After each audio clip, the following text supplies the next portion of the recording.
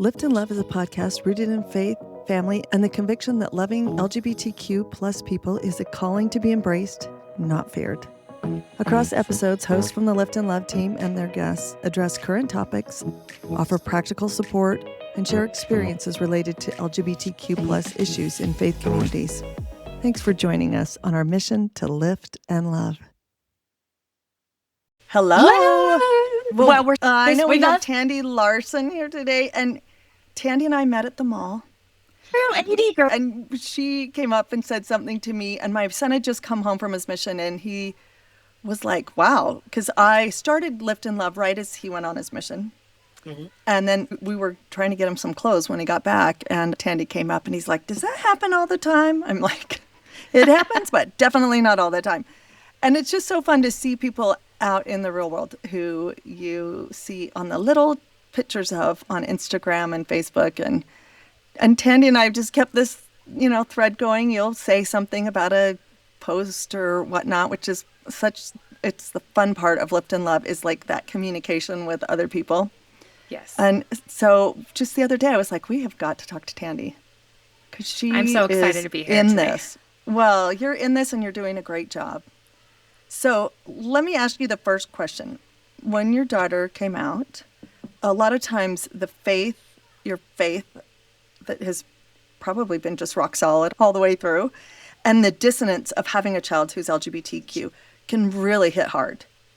So what helped you stay anchored as you kind of have gone through this? Well, at the time, we had already, with my oldest, been through significant mental health struggles. She'd had a suicide attempt. We'd had inpatient hospitalizations. Wow.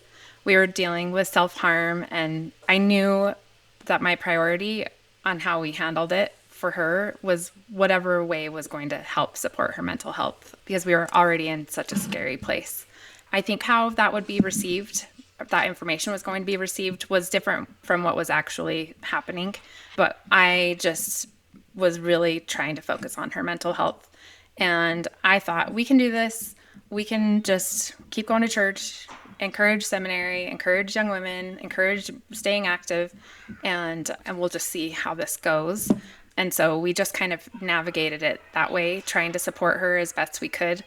And also, I think when our kids come out and they're teenagers, it's kind of an abstract idea until they get a little bit older and start dating and start bringing. And so it's kind of an interesting space where you're just figuring this out and trying to do it in a way that's like, how do we handle this with the sisters that are younger? Like when she does start dating, who comes over? How are we going to navigate this? So a lot of it, though, was just abstract ideas. And so we really just tried to keep going to church, and I didn't have a huge struggle initially with how it was going. And then my second daughter that came out, I have 3 girls.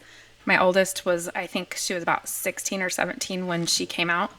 And then her little sister, one of my twins, came out about 2 years later, and she was 15, and we handled it a lot differently. Our experience had changed quite a bit. Yep. But we were just going through the motions. You do. Yep. Yes. We were kind of just going through the motions. Everything seemed fine. And then the other twin, the one who has not come out to date, she said the thing that was in the deep part of my soul. She said it out loud. She came home from seminary one day crying. She's like, I can't go back. And we were just arguing with it. Such a sticking point for her. She said, how am I supposed to sit through seminary and church and hear them talking about the importance of eternal families and temple marriage and all of these things? And she's like, when my sisters aren't included in that. And our whole family was sitting around the table when this conversation happened. And it just like kind of knocked the wind out of me, because it was the first time anybody had said it out loud. And I realized I can't ignore that. And so I had to work a lot more purposefully to figure it out. And how did you figure it out? I'm still trying. I'll be posted. You could just let us know. You know what I love about that is that your anchor, and I think we all have a couple of anchors, right? Like that we use to just keep us from drifting and from, getting into rough waters, but one of your anchors was like the mental health of your child. Knowing how important that was, that you prioritize that. Yeah.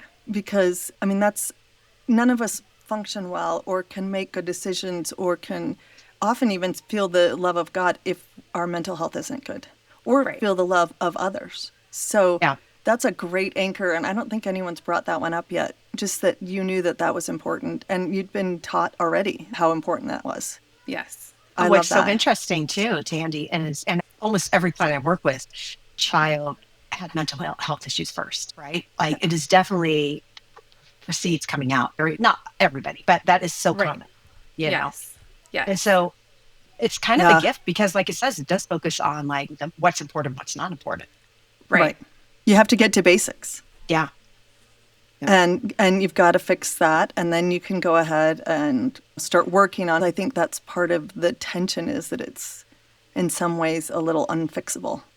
It's just how do we live in this tension? And that's what you say when you'll figure it out. You'll let us know, like, please do. There's a lot of people trying to, and I think we're a little bit tension adverse. So some people tend to just not think about it or just put it aside. And I think that's what we used to do, right? We just used to kind of push that person out of our lives and then we didn't have to think about it. But as we are more wise parents, we have to sit in the tension, and that's hard. It is hard stuff. Yes. So, and it's hard when your kid brings that home. Right. Yeah. So you've had teenagers going through this, and now they're in the 20s. Yes. So kind of describe like what does like healthy religious lifestyle look like in your home, like for you guys? How did you find a practical way of like doing it for you guys? We have just really tried to encourage everybody, respecting and understanding that it's such a personal journey for everybody, but also acknowledging that it is about our family, is because of what we believe in the church. I think we have prioritized the respect part because it is a roller coaster. It even still is a roller coaster for me and my husband. You know, you get to a place where you are feeling pretty good about things and you've made some peace with not knowing a lot and finding our comfort spot, you know, and then something happens and knocks us down a few notches or a bunch of notches. And it's just this roller coaster that I don't think we're going to ever get off. Thank you for sharing that, Tandy, because I think sometimes parents feel like, oh, I'll get to a place and I'll be at peace with this.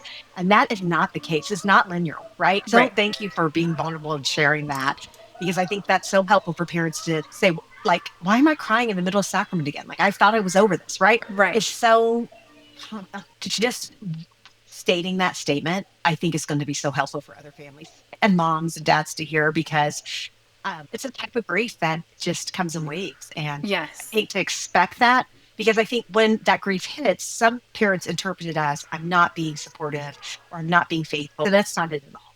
It's really like, this is an experience. And so thank you for like just really being honest about that. And that's really helpful to hear. Yeah. So we respect that and we try to be patient with each other. Like my husband and I, it's really important that we are patient with because my roller coaster is at a different, like I'm in a different train sometimes on the roller coaster. We also do that with our kids. My two that are LGBTQ, I feel like we've gotten to a place where I hope that it's not painful for them. We just really try and also respect their journey and where they're at. And my goal really is for them to find a relationship with a higher power that speaks to them, because I feel like that is so important. I want them to have a relationship with God and what that looks like for them. And so we really try and encourage that. And I also recognize that their connection to God might sometimes just be through us as parents. And so I try so hard to model who I think He is to them, with wide open arms, forgiveness, grace, so much love and acceptance of who they are. And that sometimes I think is the best thing I can do for them, for their relationship with God, is just model who I believe and hope Him to be. Perfect.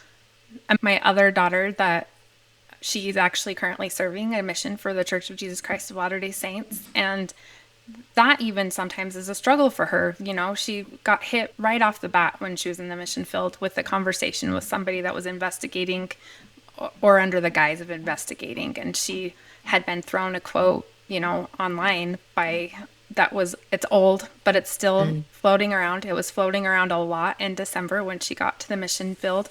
And this message was basically stop pushing your hate, disguised by love, and don't contact me again. And she was like, I don't even know what this is about. What is it about? And I was able to pull it up and give her some more context. And with context, it wasn't as bad, but the general population isn't getting the context, and it still was bad. It's still painful. And so it's just, there's a lot of pain, a lot of grief. We just have to be so patient with each other. It's so true. And again, it's like the tension, whatever my tension is in this, it's different for my husband. It's different for my son. It's different for the other kids in our family. And it's constant. I don't see it ending, especially in the climate where we're living right now, where racism and bigotry is becoming more and more acceptable. Right. It's going to be a matter of learning to live in that tension.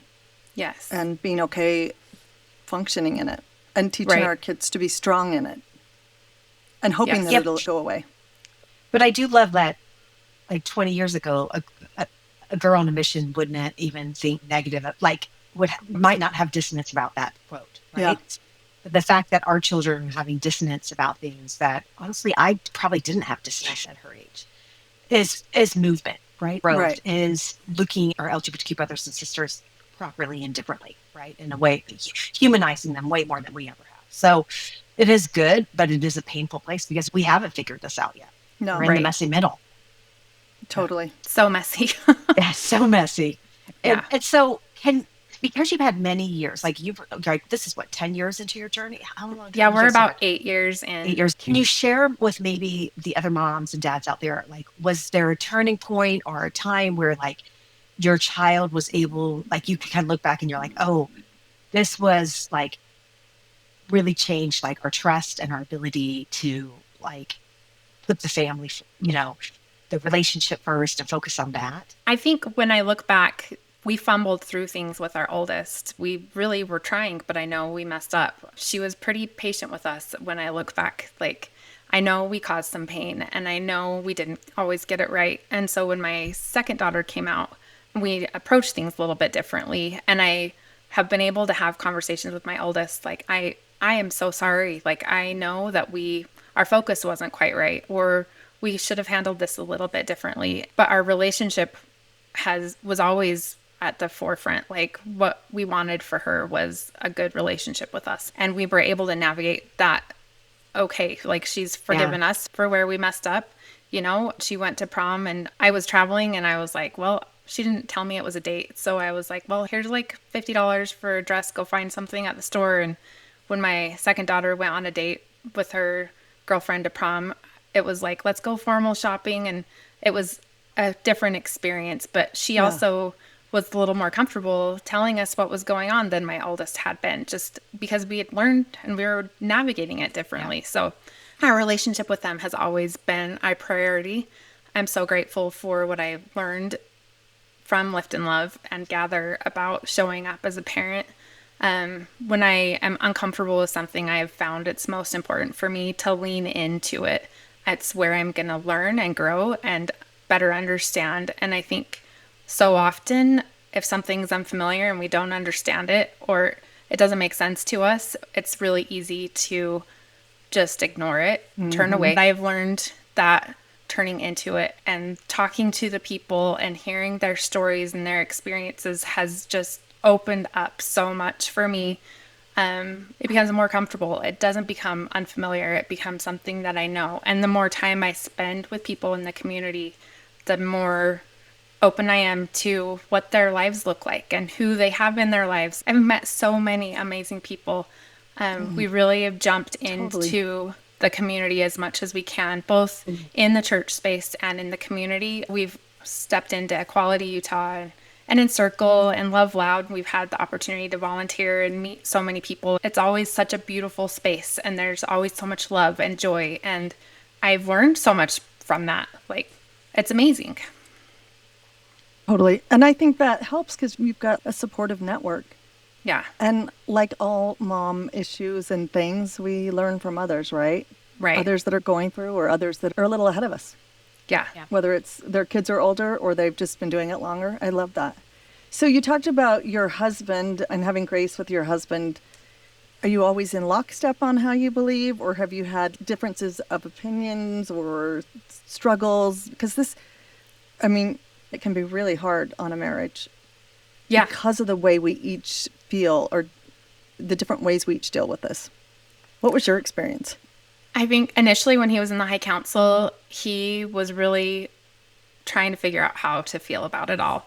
And he started speaking up about some things, and it didn't go very well. And very much a family guy, very much a dad, like girl dad. He is so in love with his daughters. It's the best thing ever.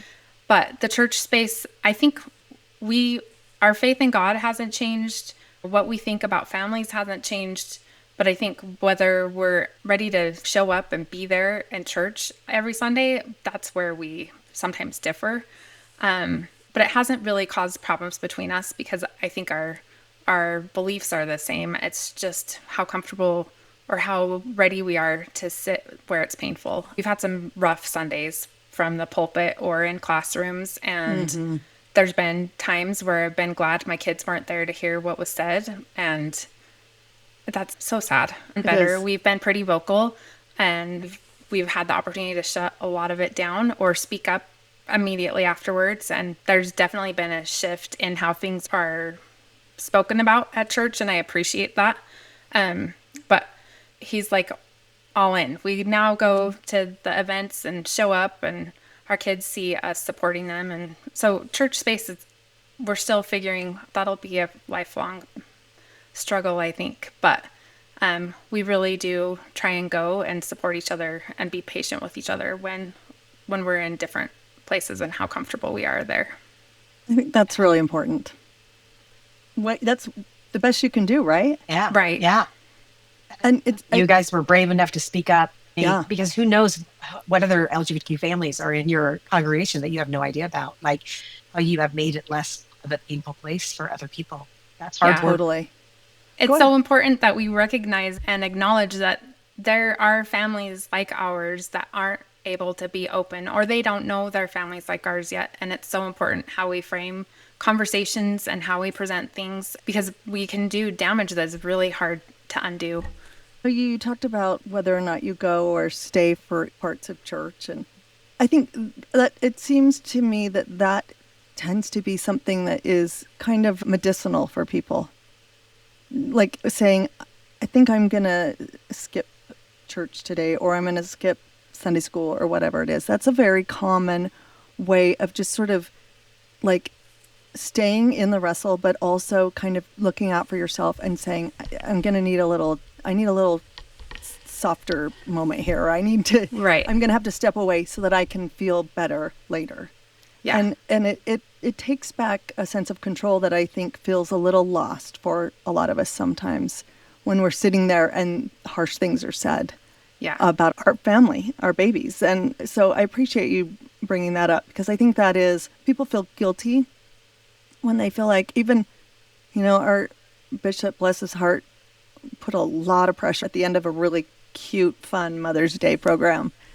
And I just was like, I'm going to go home and I'm going to miss the Relief Society event. And I know I'll probably miss something there, but I need to just reclaim like Mother's Day for myself, because I was kind of spiraling out about it. And it helped. And, I'll go back next week and do it again and everything will be great. But I think people feel so guilty taking that option. And really, it can be healing.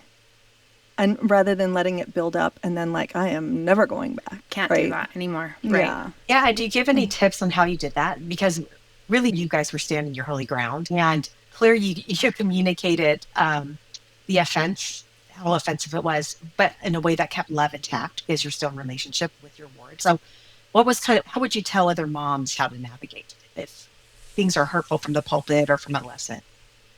Oh, we have some close friends, and our bishop's always been pretty supportive of our family. He's been aware and involved in whatever role he's been in the ward. He's currently our bishop. But some of the best advocates for us have actually been friends. I had a friend that got up after a really messy talk, and she went right up to the stand and she approached the speaker and she said, I need you to know that what you said today really was harmful and hurtful to some people that I know are sitting here in the stands. And you need to be aware of that. They had a conversation after the fact that was helpful. And I think the more willing I am or vulnerable I feel like I can be to say something about our family, I definitely have an easier time now than I did initially. And I know sometimes people are like, oh my gosh, Sister Larson, like, we get it. But I am not afraid to raise my hand. Or I've also created a small village of people that if I'm not feeling it, I've been surprised some days that some of my friends will be the one to raise their hand and say, you know what we're doing right now is this conversation is actually not helpful. This is hurtful. Like, we need to rephrase this conversation or step back and think about how this sounds. And so I think it's hard. Like, our voices shake. We don't always get the words out the way that we want to. Right. But it's so important. And these are my kids. And if they're not my kids, they're my friends' kids and they're God's kids. And we have a mission to help them be safe and feel welcome. Well, I think that's the thing. A friend of mine, he's Black, he had something horrible said to him. And in the aftermath of it, he said something to me that I thought was really powerful. He said, one person can ruin Zion. Now, that puts a lot of pressure on Zion. But if you really think about what it is to build Zion, and that's our task, right? That's what we've been asked to do, and to love one another. One person your friend that stands up, she builds Zion in you. And somebody that stands up and says something harmful, they take Zion down for you.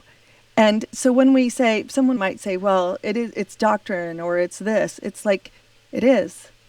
And what good is doctrine if we can't live in it and not be perfect, right? And be human and real and all of that. So I've just thought a lot about this, like this idea of how hard Zion is to achieve. And Zion is your group of friends who will speak up. That is a Zion experience. And, it's funny, while the bishop was speaking yesterday, somebody texted me. I had to go out in the hall. I couldn't do it anymore. And then another friend texted. And then I was talking to another woman, and she was like, I was thinking of you the whole time. And it wasn't that the bishop said anything about queer kids. It was so much pressure put on mothers. And interesting that she said she was thinking of me. And I think it's because I'm outspoken about some of the things. Right. So there were people that knew they could reach out. And I love that because that's building Zion. That's building safety as we're learning and growing and trying to figure out where our families fit and where we fit. Right. No, so I love that you brought that up. I do too. Because Tandy, I think you've introduced a beautiful model that I've never really thought about.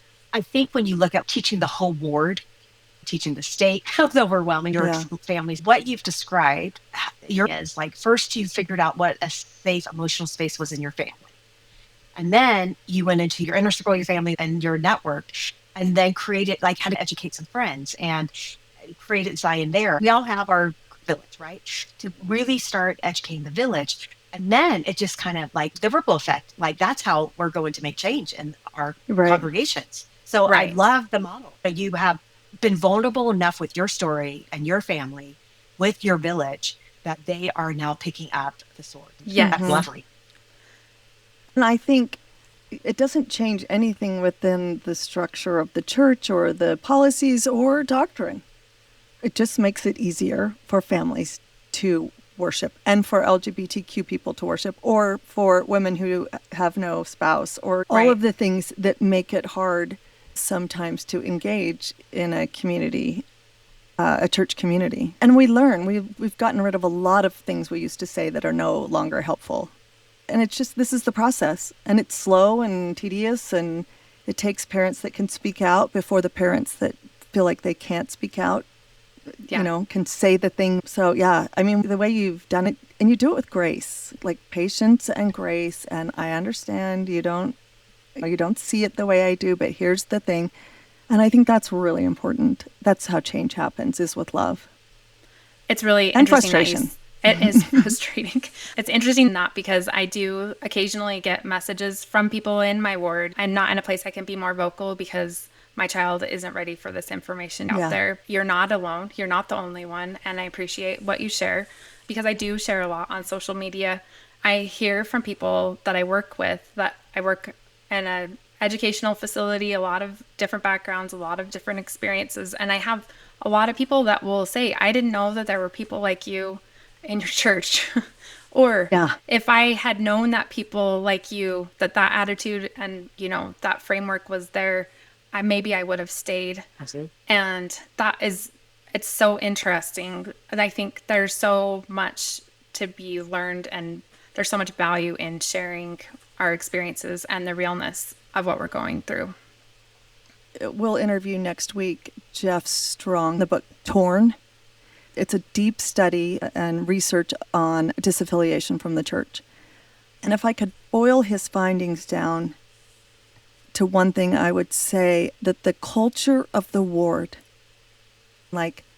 is the ward embracive of everybody? Is the ward tolerant of people who think differently? Is that ward loving and truly loving and embracive of everyone as they travel this road? It's the most important factor for why people stay. No matter how many questions or how deeply they are troubled with different parts of the gospel, if they are allowed to stay in their ward and be supported and not ostracized and not shamed, but just allowed to be there and still embraced and still loved, people can stay. And it can still be an incredible place of learning and growth and connection to Jesus Christ. And it's important. It's really important that we create places, Zion places, for people to stay and struggle and fight with their own ideas and thoughts, and where it's you can do that here. You can be with us here and do that and have ideas that I think are kind of weird, or ideas that I do not believe with, or ideas that I totally believe with, but do it here with us. And that's the biggest takeaway from how we keep people from leaving, because once they feel like they can't say, or they're different, or they're weird, or they say too much and people don't like it, then they don't have the reason to stay in the ward. When we feel like we're the problem, we're going to remove ourselves, right? Yeah, so it's too make hard. Everybody the problem. Yeah, it does. Okay, so that being said, last question. What does support look like for you now? The support looks like I have an open door policy at my house. My girls can bring whoever. They have the best friends, and they come and they stay and they're welcome, and I want to hear all about their lives. It's trying to encourage, because they're all in their 20s, encouraging healthy dating, healthy dating. It doesn't matter what a healthy relationship can look like, what safe dating looks like. It's being open to hearing their stories and their experiences. I want to be a safe place for them to share what's going on in their lives, because that is how I help them be safe and healthy. So I want to hear about everything they want to tell me. But I have just tried to encourage an open communication with them. And then just being supportive of where they are at and wanting to hear all about it, who they're spending their time with and what they believe in and what's important to them and what makes them feel, accepted and valued and what's important in their lives. I just want to be here for all of it. And I learned early on in my struggles with teens and what we were going through that I've always felt very much like Heavenly Father has placed me in circumstances and in situations for a specific purpose. And there's people in my life and there's experience that He has in line for me to learn and grow and do what I need to do. And I had a light bulb moment when things were really hard with my oldest, that if that's the case for me, it most definitely is true for her too. And I believe that 100%, that she is exactly who she's supposed to be. And He has things she needs to do. And she's divinely designed, just like I am, just like Al and all of my kids everybody is divinely designed and their lives are so important and what they have to do is so important. And just celebrating that and helping them figure that out and watching them do that as young adults is like the most beautiful and terrifying thing. This part of parenting is like kicking my butt. Yeah. But I love to see them grow and become these incredible humans. And we know that Heavenly Father sent us here as families. Like, family is centered to his plan. And I just look at my family and my girls and these beautiful humans that they are. And I know that my family is as much a part of his plan as anybody else's. And that's so important. Like, we are the family we're supposed to be. He created us just as much as a family group as he did individuals. And we're here to do something important. And I just believe that 100% that he has our family taken care of. And I just have to trust that. That's how I get through. It's beautifully stated, Tandy. And the word you use that I am going to use again is celebrate who they are. Yeah. Right? Like, that is support. I think sometimes, like, the expectation pain of what they're doing, I hold back from celebrating of what they are doing. And I think, I love it. Celebrating who they are is such a beautiful way to show support. And your faith that the Savior has them, that our Heavenly Parents have a plan there for them and for you and your whole family. Like, just hearing you talk about it takes tremendous weight off of me as a mother thinking about that. And I fully 100% believe the same thing. It just makes the whole thing more glorious, right? Like, we are not alone. This is going okay, and we're all going to be guided and helped. So I agree 100% with what you said. I think it was perfectly said. Mm-hmm. Thank you so much. Thank you for coming. Thank you for joining us. And I knew you would be amazing. Yeah. This is divine work, and you have articulated some really beautiful things. Thank you so much. Perfect. Thank you. Thank you. All right. Find all episodes of the Lift and Love podcast and so much more on our YouTube channel and anywhere you listen to podcasts. To learn more, visit liftandlove.org, where you'll find links to donate, volunteer, and to shop our store, where all proceeds go back to run the many Lift and Love programs. Thank you for everything you do to lift and love.